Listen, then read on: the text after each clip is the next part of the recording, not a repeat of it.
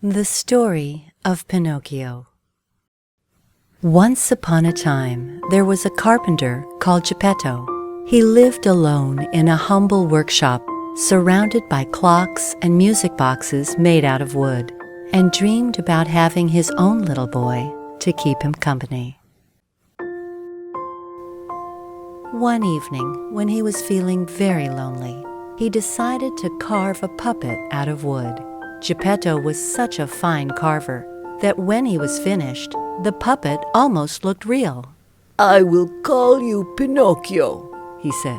"Oh, how I wish you were a real boy." And then, tired Geppetto went to bed. While Geppetto slept, the blue fairy came and gently whispered in his ear, "Kind Geppetto, you have always been so good to everyone. I will grant your little Pinocchio the gift of life." And in a wave of her magic wand, Pinocchio was alive. "Look at me! I can talk, I can walk, and I can dance too!" said Pinocchio excitedly. Geppetto woke up from all the noise and, much to his great surprise, he found that his wish had come true. "Oh, my little wooden boy, you're alive!"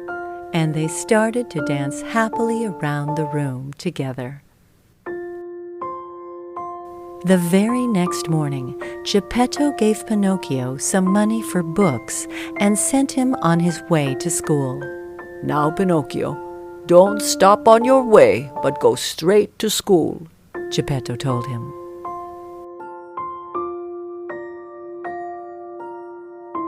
Pinocchio was happily walking down the street on his way to school when he met a boy who was playing hooky from school that day. "Where are you going with all that money?" the boy asked. "I'm going to buy books and go to school," Pinocchio replied. "Why don't you go and buy candies instead?" the boy slyly suggested. Suddenly, a little talking cricket jumped up on Pinocchio's shoulder and whispered in his ear, "Don't do it, Pinocchio! Don't listen to what that boy says!" But Pinocchio didn't care about the talking cricket and went inside the candy shop instead. "Did you get all that money just for candies?" the lady in the store asked Pinocchio. "Oh, yes. My father wanted me to buy them," Pinocchio replied. All of a sudden, Pinocchio's little nose started to grow longer.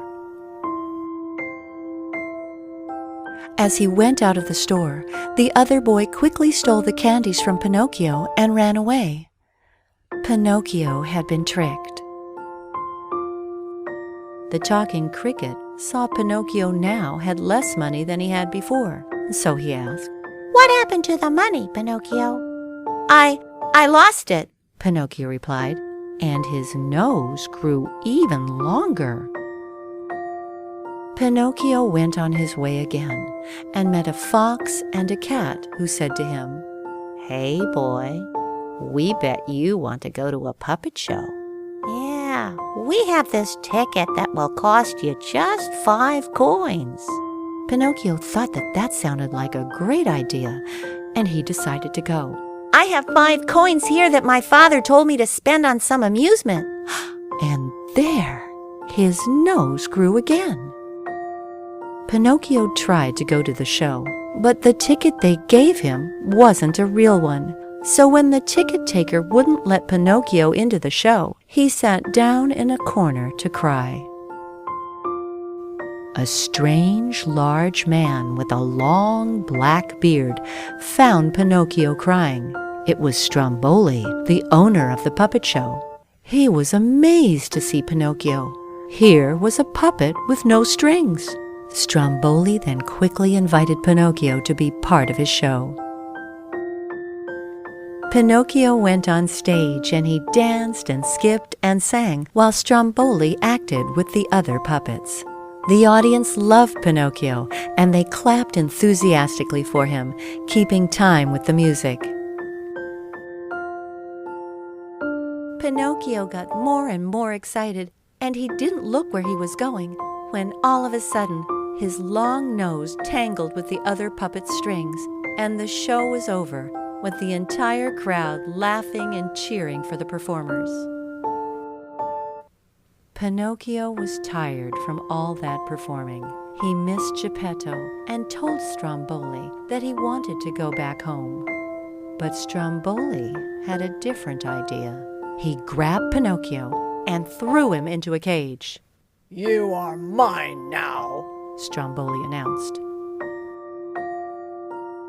While Pinocchio sat in the cage and cried, the talking cricket appeared again.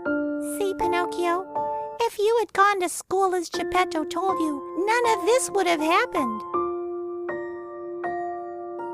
But the cricket took pity on Pinocchio and decided that he deserved a second chance.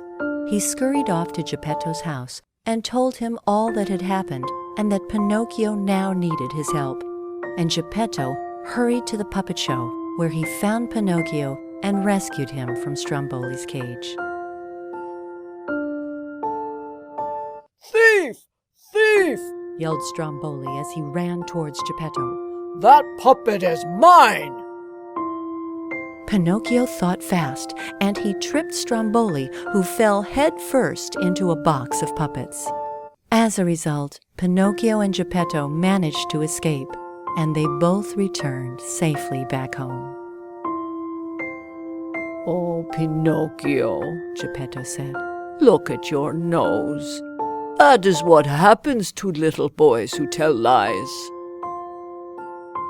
Pinocchio was ashamed, and he decided to finally tell the truth to Geppetto. And as he did so, his nose got smaller and smaller and smaller. And all of a sudden, Pinocchio realized that he was not made of wood anymore. Instead, he was a real boy. He lived happily ever after with Geppetto, and Pinocchio never told a lie again. The end.